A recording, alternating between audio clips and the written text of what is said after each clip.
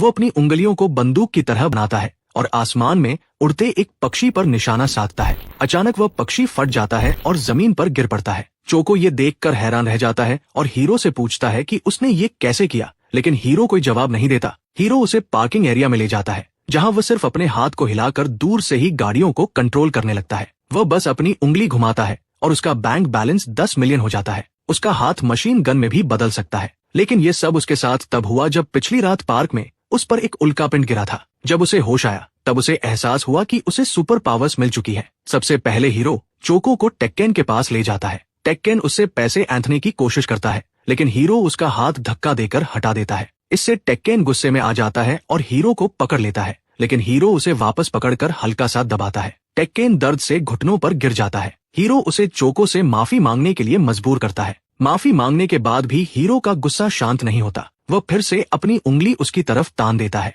Choco समझ जाता है कि हीरो उसे मारने वाला है, इसलिए वह तुरंत उसे रोक देता है। जो ताकत हीरो को अचानक मिली थी वो धीरे धीरे उसके अंदर के अंधेरे को भी जगा रही थी। हीरो के पिता ने उसकी माँ को छोड़कर दूसरी शादी कर ली थी और उससे 2 बच्चे भी थे। जब भी हीरो अपने पिता के घर जाता था वो चुप रहता था, लेकिन अंदर ही अंदर उनसे नफरत करता था। एक दिन उसने अपने पिता पर हाथ उठाने की कोशिश की, लेकिन फिर उसने देखा कि सब कितने खुश हैं, तो वो रुक गया। वापस लौटते समय उसके अंदर गुस्सा और पछतावा जलने लगा। वो एक घर में घुस गया और बिना सोचे समझे वहां मौजूद सभी लोगों को मार डाला। उसी समय इनुयाशिकी वहां पहुंचता है तो हीरो उसे भी मार देता है और वहां से भाग जाता है। अगले दिन ये हत्याएं पूरे शहर में खबर बन जाती है और इससे उसका बुरा पक्ष पूरी तरह जाग जाता है। फिर हीरो अपनी ताकत का इस्तेमाल करके चोको को पैसों से भरा एक बैग देता है, लेकिन चोको उससे पूछता है कि क्या उन्हीं हत्याओं के पीछे वही है। हीरो कुछ नहीं कहता, लेकिन उसकी खामोशी ही सब कुछ बता देती है। चोको ने कभी नहीं सोचा था कि वो उसकी दोस्ती तोड़ देगा, लेकिन वो उससे रिश्ता खत्म कर देता है। हीरो ने जो कुछ किया वो सिर्फ पैसों के लिए था ताकि उसकी माँ बेहतर जिंदगी जी सके।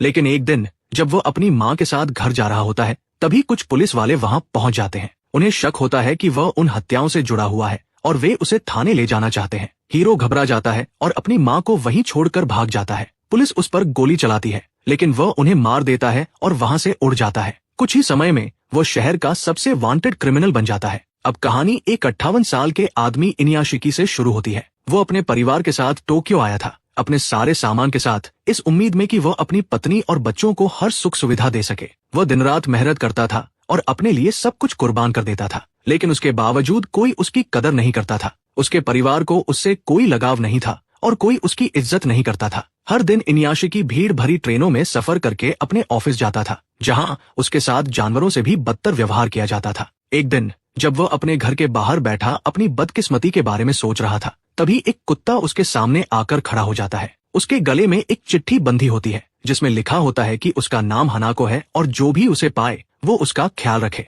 उसी समय उसकी पत्नी जेनी बाहर आती है। इनुयाशिकी उसे बताने की कोशिश करता है कि अब से यह कुत्ता उनके परिवार का हिस्सा होगा, लेकिन बात पूरी होने से पहले ही जेनी ठंडे अंदाज में उसे कहती है कि इस कुत्ते को बाहर फेंक दो और अंदर चली जाती है। अगली सुबह इनुयाशिकी चेकअप के लिए डॉक्टर के पास जाता है। वहां उसे एक भयानक खबर मिलती है। उसे कैंसर है और वह पूरे शरीर में फैल चुका है। उसके बचने की कोई उम्मीद नहीं है। उसके पास सिर्फ 3 महीने का समय बचा है। उस रात खाने के दौरान वह अपने परिवार को अपनी बीमारी के बारे में बताने की कोशिश करता है, लेकिन कोई उसकी बात नहीं सुनता। इसके बजाय वे उससे शिकायतें करते रहते हैं। फिर जेनी पूछती है कि कुत्ता अभी तक घर में क्यों है और उसे तुरंत बाहर निकालने को कहती है। दिल टूट जाने के बाद इनुयाशिकी हनाको को लेकर घर से निकल जाता है। कुछ किलोमीटर चलने के बाद वो कुत्ते को छोड़कर भाग जाता है ताकि वो उसके पीछे न आए, लेकिन हनाको उसके पीछे दौड़ती रहती है। आखिरकार इनुयाशिकी एक पार्क में पहुंचता है और सोचता है कि उसने कुत्ते से पीछा छुड़ा लिया है, लेकिन जब वह पीछे मुड़कर देखता है तो हनाको वहीं शांत बैठी होती है।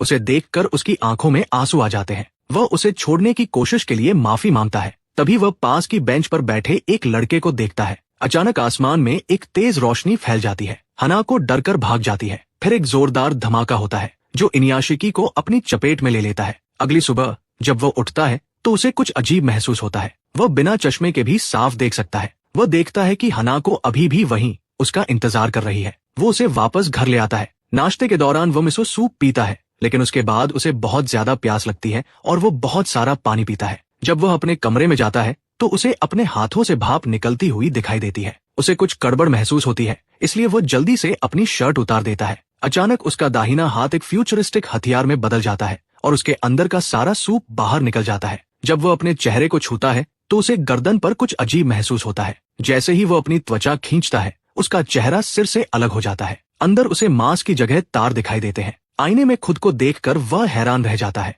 उसके दोनों हाथ हथियारों में बदल चुके थे। उसे समझ नहीं आता कि उसके साथ क्या हो रहा है। यहाँ तक कि हना को भी डरकर भौंकने लगती है। आवाज सुनकर जेनी कमरे में आती है, लेकिन उससे पहले ही उसका शरीर फिर से नॉर्मल हो जाता है। इनुयाशिकी अभी तक अपनी शक्तियों को पूरी तरह समझ नहीं पाया था और उसे लगता है कि शायद ये सब एक सपना था, लेकिन उसकी मुश्किलें यहीं खत्म नहीं होती। उसी दिन उसे नौकरी से निकाल दिया जाता है, जिससे वो अपने कर्ज को लेकर और परेशान हो जाता है। उसकी सबसे बड़ी चिंता उसका परिवार था। घर लौटते समय उसे एक घायल कबूतर मिलता है। वो उसे उठाता है और अपनी शक्तियों से देख पाता है कि उसे कहाँ चोट लगी है। कुछ देर तक उसे पकड़ने के बाद वो कबूतर पूरी तरह ठीक हो जाता है और उड़ जाता है। उसी समय इनुयाशिकी को समझ आता है कि उसे दूसरों को ठीक करने की शक्ति मिल गई है। तभी उसे एक महिला के रोने की आवाज सुनाई देती है, जो डॉक्टरों से अपने 10 साल के बेटे को बचाने की भीख मांग रही होती है। आवाज पास के अस्पताल से आ रही होती है तो वह तुरंत वहां पहुंचता है। वह एक कमरे में जाता है जहां एक लड़का कोमा में पड़ा होता है। जैसे ही वो उसे छूता है उसका सिस्टम बीमारी को पहचान लेता है और वो उसे ठीक करने लगता है। कुछ ही पलों में वो लड़का पूरी तरह ठीक हो जाता है और आंखें खोल देता है। जब उसकी माँ कमरे में आती है तो एक अजनबी को देखकर डर जाती है और तुरंत डॉक्टरों को बुलाती है, लेकिन तभी उसका बेटा बोलता है और सब लोग इस चमत्कार को देखकर हैरान रह जाते हैं। इसी बीच इनुयाशिकी चुपचाप वहां से निकल जाता है और उसे एक ऐसी खुशी महसूस होती है जो उसने पहले कभी नहीं महसूस की थी। उस रात वो अपनी नौकरी खोने की वजह से बहुत परेशान होता है। तभी उसे चोको की मदद के लिए पुकार सुनाई देती है। चोको भगवान से प्रार्थना कर रहा होता है कि कोई हीरो को रोके इससे पहले कि वह और लोगों को मार दे। ये सुनकर इनुयाशिकी हनाको को उठाता है और उड़कर उस पार्क में पहुंचता है जहां चोको होता है। उसी समय वो फैसला करता है कि वो अपनी शक्तियों का इस्तेमाल लोगों की रक्षा के लिए करेगा। वह चोको से मिलता है और उसे उस रात के बारे में बताता है जब उसे और हीरो को रहस्यमयी शक्तियां मिली थी। वो बताता है कि हीरो उसी बेंच पर बैठा था जब वो बड़ा धमाका हुआ था, जिसके बाद दोनों को ये अद्भुत शक्तियां मिली। फिर चोको उससे उसकी कमजोरी के बारे में पूछता है। अगर दोनों के पास एक जैसी शक्तियां थी तो हीरो को भी उसी कमजोरी से हराया जा सकता था। इनुयाशिकी ने कहा कि उसकी कमजोरी शायद मिसो सूप है, क्योंकि जब उसने उसे पिया था तो उसके शरीर ने उसे स्वीकार नहीं किया और बाहर निकाल दिया। उस दिन से चोको ने इनुयाशिकी को ट्रेनिंग देना शुरू कर दिया ताकि वह हीरो का सामना कर सके और उसे हरा सके। सबसे पहले उसने उसे अपनी उंगलियों से एक कॉफी के कैन पर निशाना लगाने को कहा। कई कोशिशों के बाद इनुयाशिकी सफल हो गया। बाद में जब वह थकान के कारण पानी पीता है तो उसका शरीर अचानक सारा पानी बाहर निकाल देता है। तभी चोको बोतल का लेबल पढ़ता है और समझता है कि उसमें इलेक्ट्रोलाइट सॉल्ट्स थे जो एथलीट्स पीते हैं। यहीं से उसे कनेक्शन समझ आता है। मिसो सूप में भी नमक होता है। इसका मतलब था कि इनुयाशिकी का शरीर सोडियम को प्रोसेस नहीं कर सकता। अगले दिन शाय स्कूल से घर लौट रही होती है, तभी उसकी मुलाकात हीरो से होती है। वो उसे अपने घर आने का न्योता देती है और कहती है कि वहाँ सिर्फ वह और उसकी बुजुर्ग दादी रहते हैं,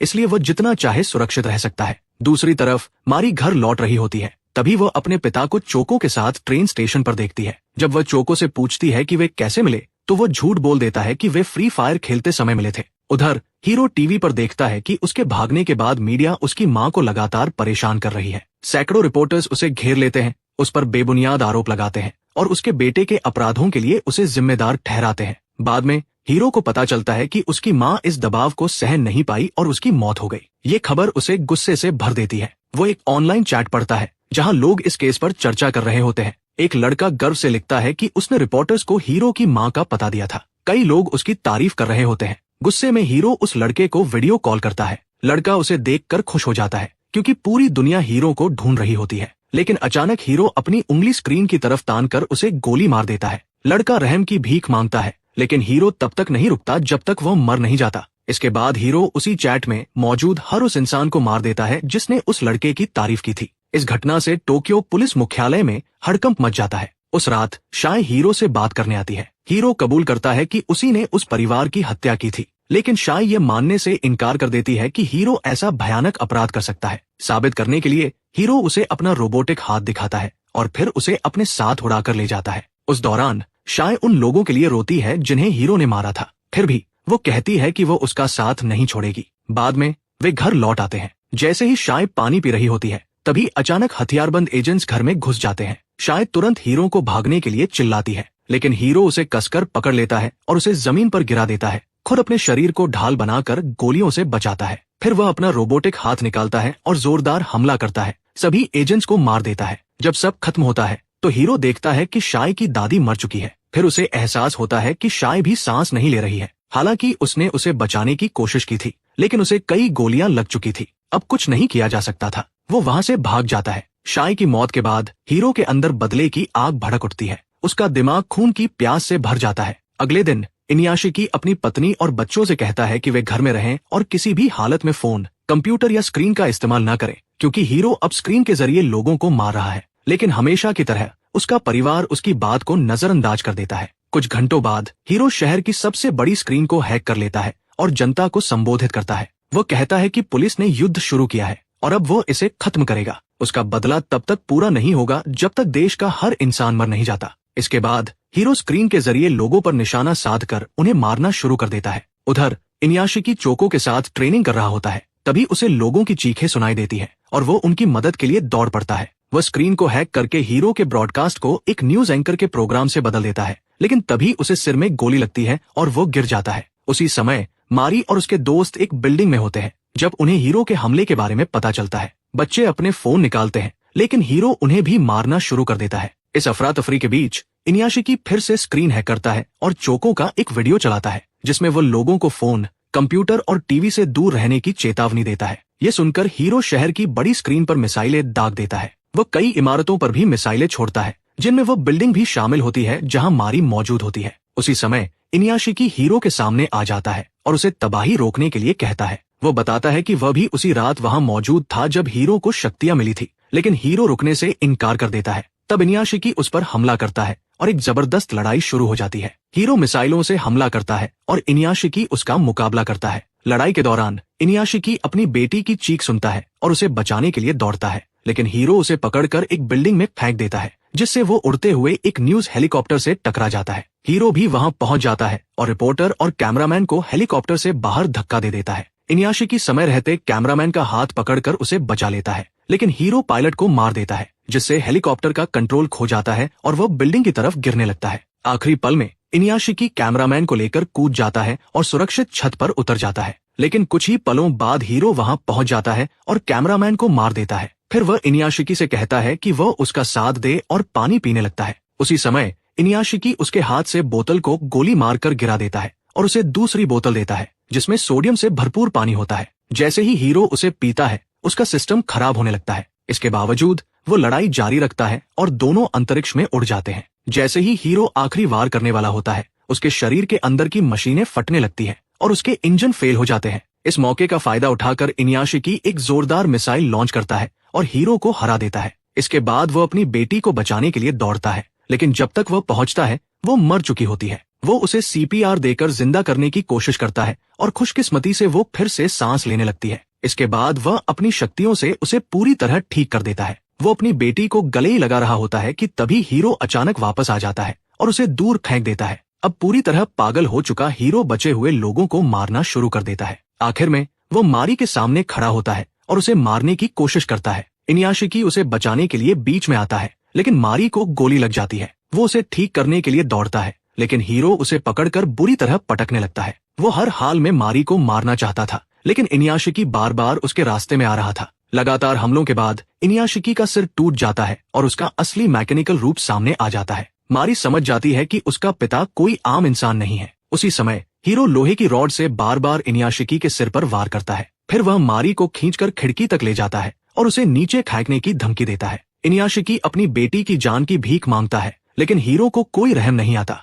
जैसे ही हीरो मारी को खिड़की से नीचे फेंकता है, इनुयाशिकी की सारी ताकत एक साथ जाग उठती है। वह बेहद शक्तिशाली हो जाता है और एक ही वार में हीरो को टुकड़ों में चीर देता है। फिर वह पूरी रफ्तार से उड़ता है और समय रहते मारी को जमीन पर गिरने से पहले पकड़ लेता है। एक हफ्ते बाद खबरों में हीरो की मौत की घोषणा कर दी जाती है और केस बंद कर दिया जाता है। हालांकि पुलिस को उसके शरीर के सिर्फ कुछ टुकड़े ही मिले थे, बाकी गायब थे। इनुयाशिकी के घर में मारी के अलावा किसी को भी उसकी असली पहचान के बारे में पता नहीं चलता। लेकिन दूसरी तरफ ये दिखाया जाता है कि हीरो अभी भी जिंदा है। वह जापान छोड़ रहा होता है। जाने से पहले वह आखिरी बार चोको से मिलने जाता है। चोको उसे जिंदा देखकर खुश हो जाता है और उससे आखिरी बार वीडियो गेम खेलने को कहता है, लेकिन जैसे ही वो मुड़कर देखता है, हीरो वहां से गायब हो चुका होता है, इस बार हमेशा के लिए।